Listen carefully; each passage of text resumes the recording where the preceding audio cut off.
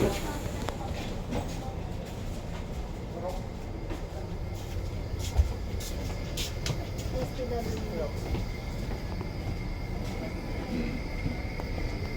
pa lang. Dali tayo. Pwede.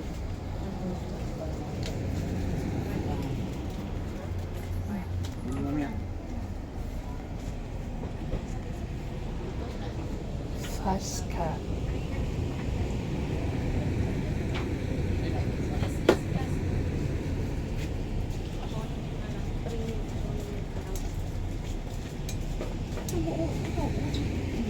Ayan ang business class.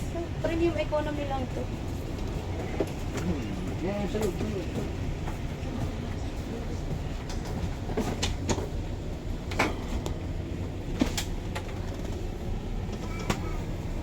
morning, good morning.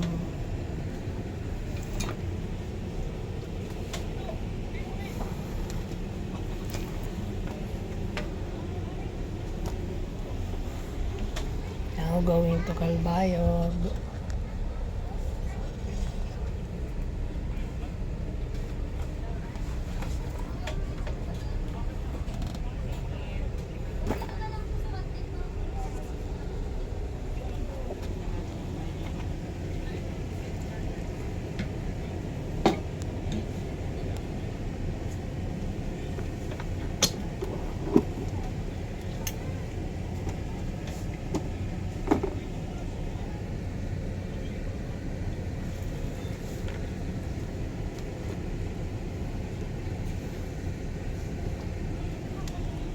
They says I am epitome.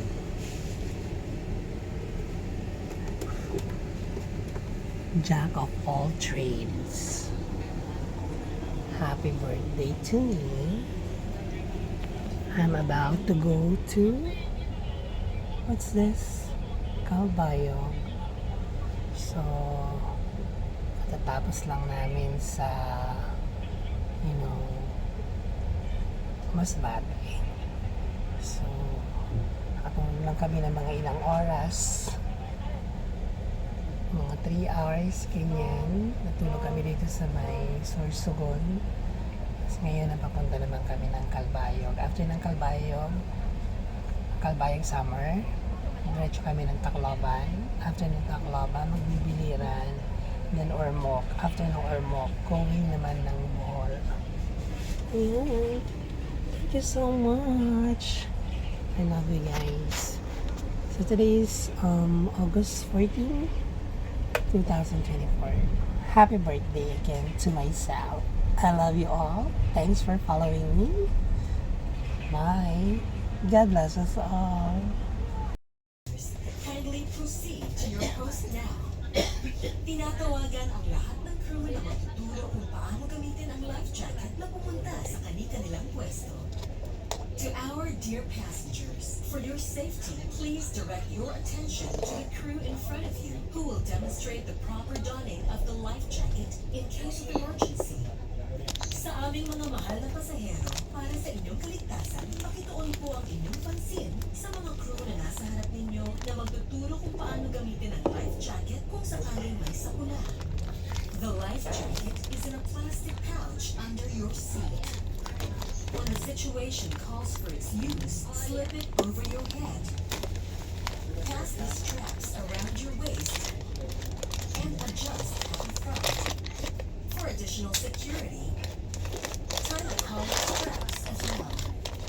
Ang life jacket ay nakabalot at matatagpuan sa ilalim ng inyong upuan. Kung kinakailangan gamitin, isuot ito mula sa ulo. Ipaikot sa katawan ang tali at higpitan sa harap. Para sa karagdagang seguridad, itali din ang strap na nasa bandang leeg. A whistle and a small light are attached on the left side of your life jacket.